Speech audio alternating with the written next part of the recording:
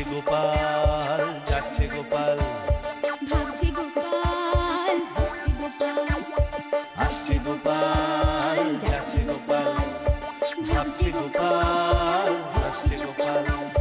যুগের পরে যুগ কেটে যায়, মানুষ তাকে ভোলে না। যুগের পরে যুগ কেটে যায়, মানুষ তাকে ভোলে না।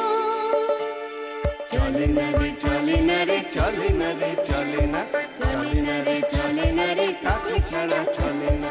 কে সে পরিচয় কি তার? হাসির রাজা, জ্ঞানের রাজা, রসিক রাজা গোপাল ভাঁড়। হাসির রাজা, জ্ঞানের রাজা, রসিক রাজা গোপাল ভাঁড়। হাসির রাজা, জ্ঞানের রাজা।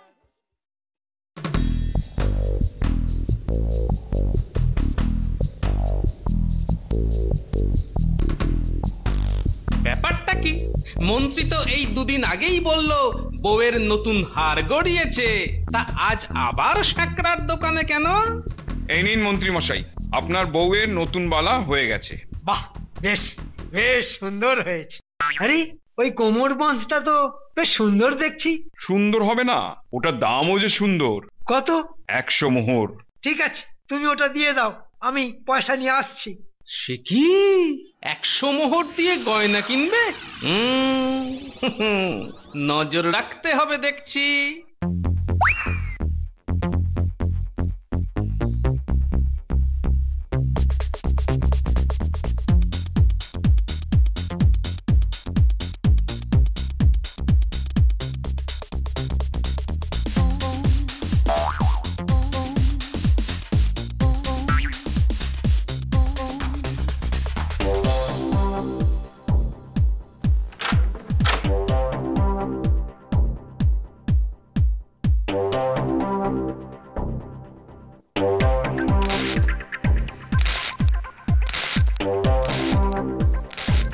এই তাহলে আপনার পয়সা নিয়ে আসার জায়গা, মন্ত্রী মশাই? হ্যাঁ,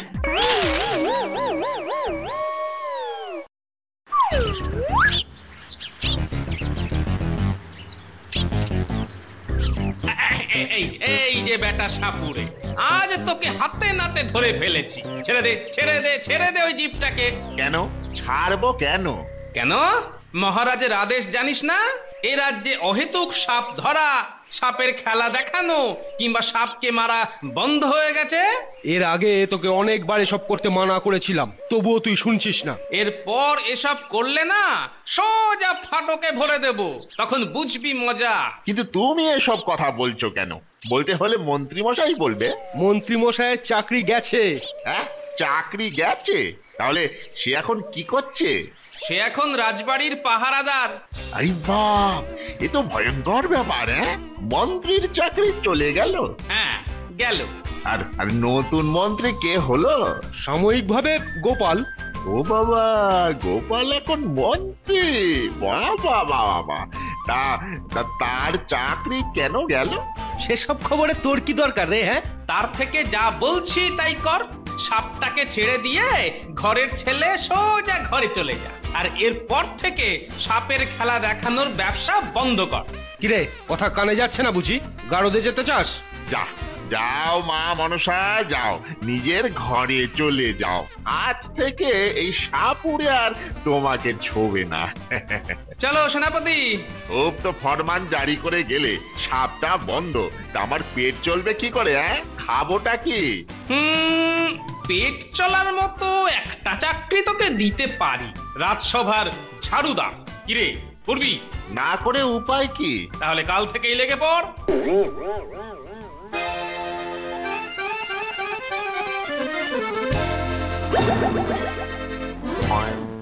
এই এই হতভাগার দল, আমার দিকে তাকিয়ে তাকিয়ে মুচকি মুচকি হাসছিস কেন রে? হ্যাঁ? কই হাসিনি তো। হাসিসনি? স্পষ্ট দেখলাম নিজেদের মধ্যে কি সব গুজির গুজির করছিস আর হাসছিস। তাহলে সত্যি কথাটা বলেই ফেলি। হ্যাঁ, আসলে এই তোমার মতো রোগা ট্যাঙা একটা মানুষ রক্ষী হয়ে ওই লাঠি হাতে দাঁড়িয়ে আছো, যা দেখতে লাগছে না। ও ঠিক যেন ওই তাল পাতার সে পাই। চুপ চুপ, সব বেয়াদবের দল, চুপ। একদম চোখ। ওরে নতুন দরওয়ান আবার ধমকাচ্ছে রে, হ্যাঁ? আচ্ছা, কদিনের জন্য একটু গাড্ডায় পড়ে গেছি বলে আমায় নিয়ে খুব মশকরা হচ্ছে। ঠিক আছে, করে নে, তবে মনে রাখবি আমি মন্ত্রী ছিলাম, আবারও মন্ত্রী হব। আর যেদিন মন্ত্রী হব না, তোদের সব কটার গর্দান নিয়ে নেব। সেগুড়ে বালি, সেগুড়ে বালি। তুমি না জীবনে কোনোদিনও আর ওই মন্ত্রী হবে না।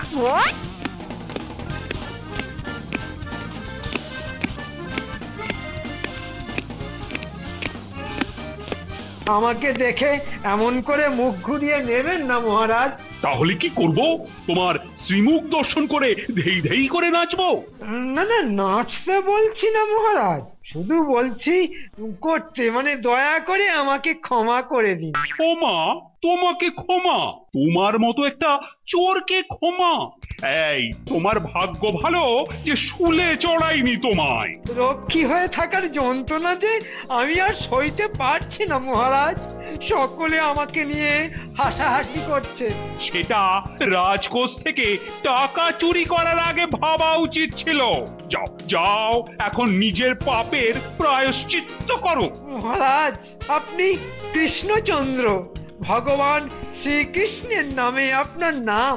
তো ভগবান শ্রীকৃষ্ণ তো কত পাপী তাপী চোর ছাচোরের কত দোষ কত পাপ ক্ষমা করে দেন, আর আপনার মতো একজন মহান রাজা আমার এই ছোট্ট একটা দোষ ক্ষমা করে দেবেন না? এই তোল্লাই দিও না তো, তোল্লাই দিও না। তোল্লাই দিয়ে কোনো লাভ হবে না। তবে কখনো যদি মনে হয় তুমি শুধরে গেছো, কখন না হয় ভেবে দেখা যাবে, তার আগে নয়। এই চলো চলো চলো, এসো সবাই, এসো তো, এসো। এত ভিজিয়ে ভিজিয়ে কথা বললাম, তবুও চিঁড়ে ভিজলো না। ঠিক আছে, আমায় তাহলে অন্য পথ ধরতে হবে।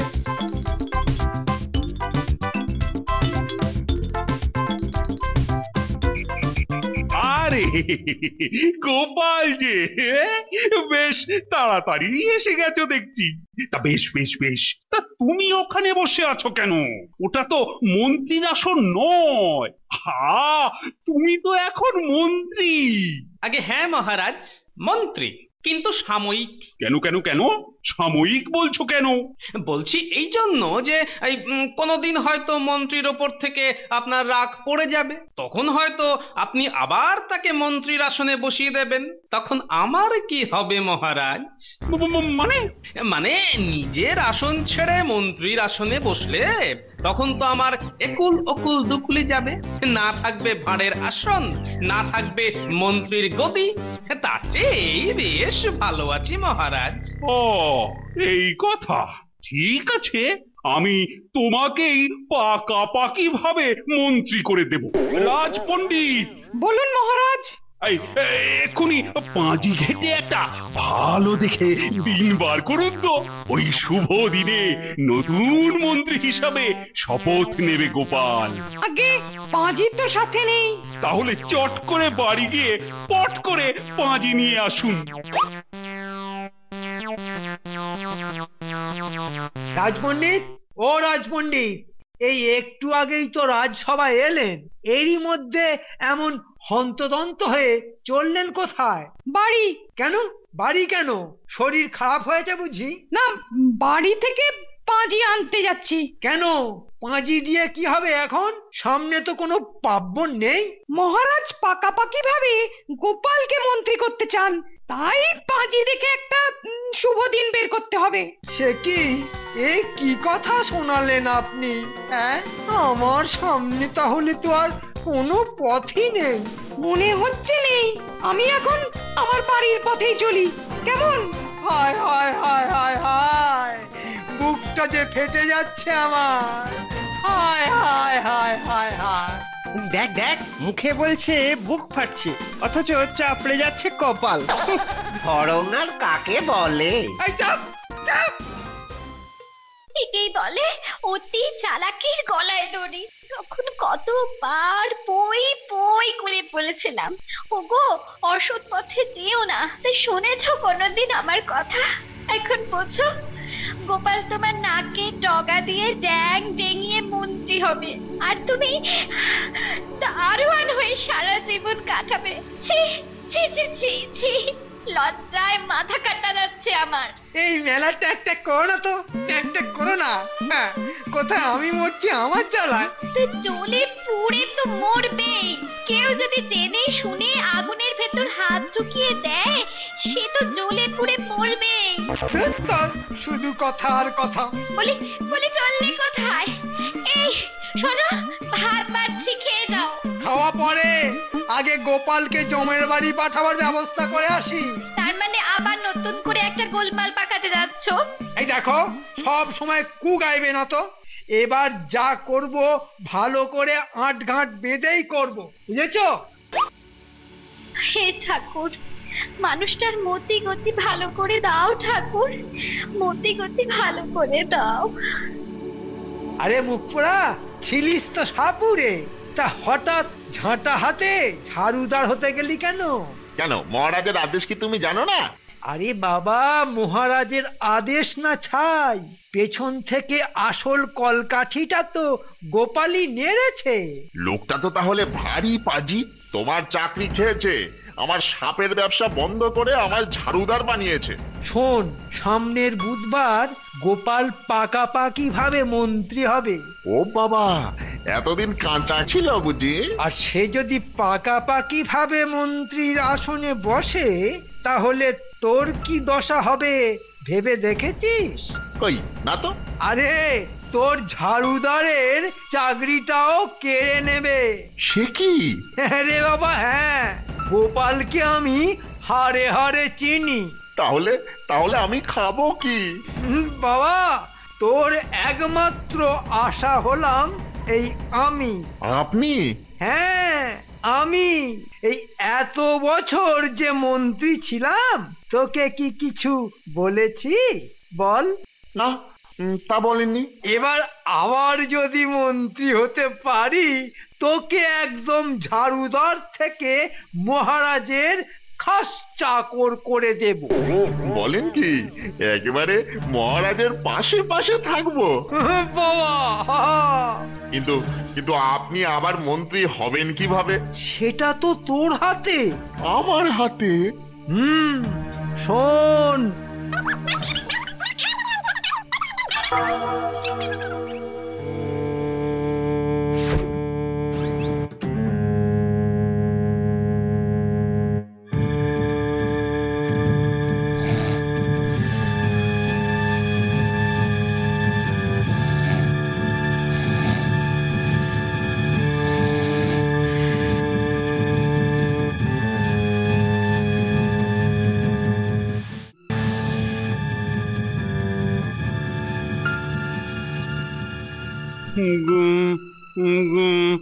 গোপাল, গোপাল, গোপাল। কি হলো? হঠাৎ ঘুমের মধ্যে উঠে বসলে যে? খুব একটা খারাপ স্বপ্ন দেখলাম রানী। খারাপ স্বপ্ন? কি দেখলে? হ্যাঁ, দেখলাম গোপাল মারা গেছে। গোপাল মারা গেছে? না না, এ তোমার মনের ভুল। গোপাল মারা যাবে কেন? নাও, শুয়ে পড়ো তো। আচ্ছা আচ্ছা রানী, শুনেছি ভোরের স্বপ্ন নাকি সত্যি হয়। তুমি এত উতলা হয়েও না তো। আমি বলছি গোপালের কিচ্ছু হবে না। তবুও যে আমার মন মানছে না। আমি আমি এক্ষুনি লোক পাঠাবো, সে গিয়ে দেখে আসুক গোপাল ঠিক আছে কিনা। এতটাই যখন উতলা হয়েছো, তখন পাঠাও। কি হলো? ঘন্টা খানেক তো কেটে গেল, গোপালের বাড়ি থেকে কোনো চেঁচামেচির আওয়াজ এলো না কেন? একজনকে কামড়ালে অন্যজন তো জানতে পেরে চেঁচামেচি করবে। আচ্ছা, দুজনকেই একসাথে কামড়ালো না তো? তাহলে তো কেল্লা ফতে। আর একটু ভোরের আলো ফুটুক, তারপর উঁকি মেরে দেখে আসবো।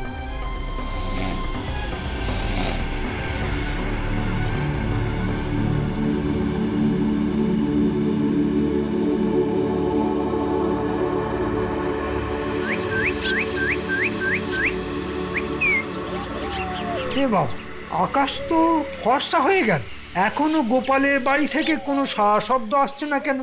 না, নিজের চোখে ব্যাপারটা দেখে আসি। আরে হতচ্ছাড়ারা তো বহাল তবিয়তেই আছে, কিন্তু সাপটা গেল কোথায়? দেখছাই পায়ের কাছে এটা আবার কি পড়ে আছে? ও মা গো, ও মা গো!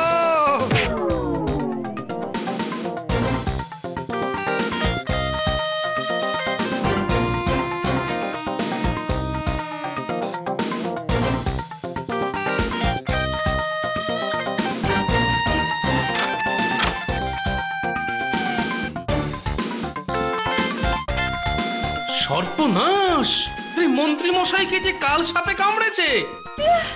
আমাদের বাড়ি সাপ এলো কি করে?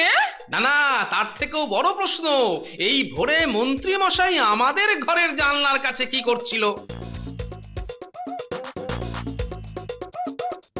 কি হয়েছে? হ্যাঁ, কি হয়েছে? গোপাল, গোপাল তুমি ভালো আছো তো? সে কথা পরে হবে, এখন দৌড়ে গিয়ে মহারাজকে খবর দাও যে মন্ত্রী মশাইকে সাপে কেটেছে। কি সর্বনাশ! হ্যাঁ, সাপ? আই বাপ! আর রাজবৈদ্যকে ওটাকে আনো।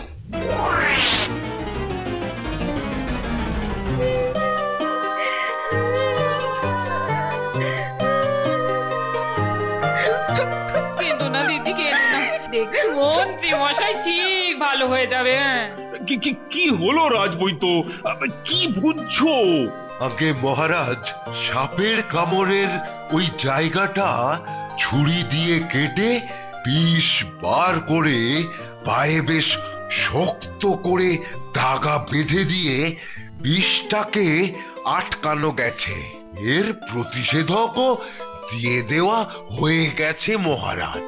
কিন্তু অনেকক্ষণ তো হয়ে গেল, ওর জ্ঞান ফিরছে না কেন? আগে লক্ষণ দেখে তো মনে হচ্ছে মন্ত্রী মশাই মানসিক ভাবেই হাল ছেড়ে দিচ্ছেন। আই গোপাল, তুমি কি আজকাল বাড়িতে কাল সাপ পুষতে শুরু করেছো নাকি?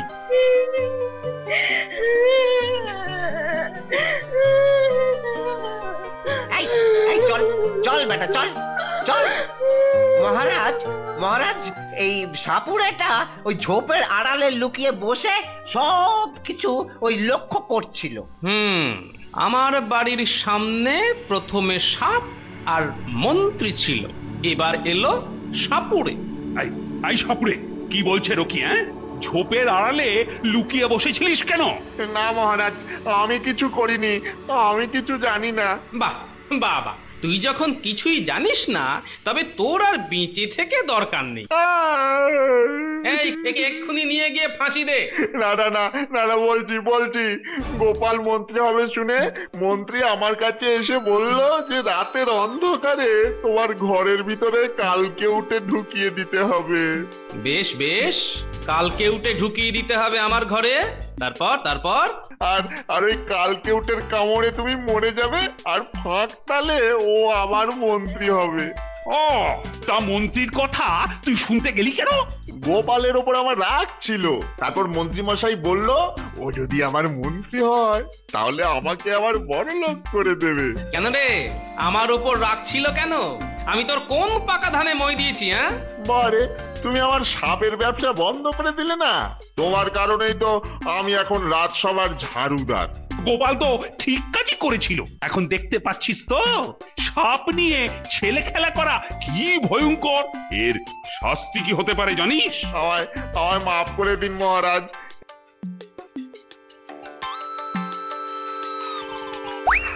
না না না না না না, জ্ঞান ফেরার আর কোনো আশাই নেই। আসলে এসব ক্ষেত্রে ওই মনের জোর আর ইচ্ছেটাই ওষুধের কাজ করে। আসলে আমার মনে হয় উনি ভেতর থেকেই কোনো জোর পাচ্ছেন না, তাই ওর ওই জ্ঞান আসছে না। আহারে, চোর হোক জোচ্চোর হোক পাজি বদমাইশ যাই হোক না কেন, একদিন তো আমার মন্ত্রী ছিল, তাই আর কি, মানে মনের ভেতরটা বড়ই খচখচ খচখচ করছে। আগে মহারাজ, ওই অনুমতি পেলে একবার ওর জ্ঞান ফেরানোর চেষ্টা করে আমি কি আপনার মনের খচখচানি দূর করার চেষ্টা করতে পারি মহারাজ? তুমি চেষ্টা করবে? মহারাজ, কথায় আছে সাধু মানুষের আসল জোর তার সততায়। কথাটা সত্যি। সত্যি তো, তেমনি লোভী মানুষের বেঁচে থাকার আসল জোর তার লোভ। ওর লোভের গোড়ায় সুড়সুড়ি দেব আমি। মনে হয় তাতেই ওর জ্ঞান ফিরে আসবে মহারাজ। কি জানি বাবা, তবে কিছুতেই যখন কিছু হচ্ছে না, তখন তোমার আবার চেষ্টা করতে দোষ কি? মন্ত্রী মশাই, শুনতে পাচ্ছেন আমার কথা? কি হলো, শুনতে পাচ্ছেন মন্ত্রী মশাই? আশ্চর্য! হ্যাঁ হ্যাঁ, গোপালের কথায় তো মন্ত্রীর মধ্যে কিরকম একটা ওই প্রতিক্রিয়া হলো না? কি হলো, কানে যাচ্ছে আমার কথা? গোপাল, গোপাল, তুমি কোথা থেকে কথা বলছো? তোমার গলা এমন পাল্টে নাকি সুরে হয়ে গেল কেন? আমি যে মরে গিয়ে আকাশ থেকে কথা বলছি, তাই গলা পাল্টে গেছে। কিন্তু সাপে তো আমায় কামড়েছিল, তুমি মরলে কি করে? সাপটা শুধু ফস করে আপনার দিকে ফনা তুলেছিল, কিন্তু কেটেছিল তো আমায়। সাপে কামড়েছে মনে করে আপনি ভয়ে মরার মতো হয়ে জ্ঞান হারিয়ে ফেলেছিলেন। আমায় তাহলে সাপে কাটেনি? না, কাটেনি। মরেছে, মরেছে, গোপাল মরেছে, পথের কাঁটা সাপ মরেছে। আবার আবার আমি মন্ত্রী হব, আবার মন্ত্রী হব। কি আনন্দ, কি আনন্দ! মন্ত্রীর জ্ঞান ফিরেছে। বলছিলাম না, লোভী হলো লোভী মানুষের জীবনী শক্তি। অসাধারণ, অসাধারণ গোপাল, অসাধারণ! এই যে গোপাল, তুমি তো দেখছি দিব্যি বেঁচে আছো। তাহলে আমার কানের মধ্যে তুমি যে বললে তুমি মরে গেছো। বললাম বুঝি? কি করব বলুন, আপনার জ্ঞান ফেরানোর জন্য এছাড়া তো আর কোনো উপায় ছিল না আমার। সত্যি গোপাল, তোমার জবাব নেই। এতদিনে বুদ্ধির জোরে অনেক ফেলকি দেখিয়েছো, কিন্তু আজ যা করলে, ও সেটা সত্যি অবিশ্বাস্য।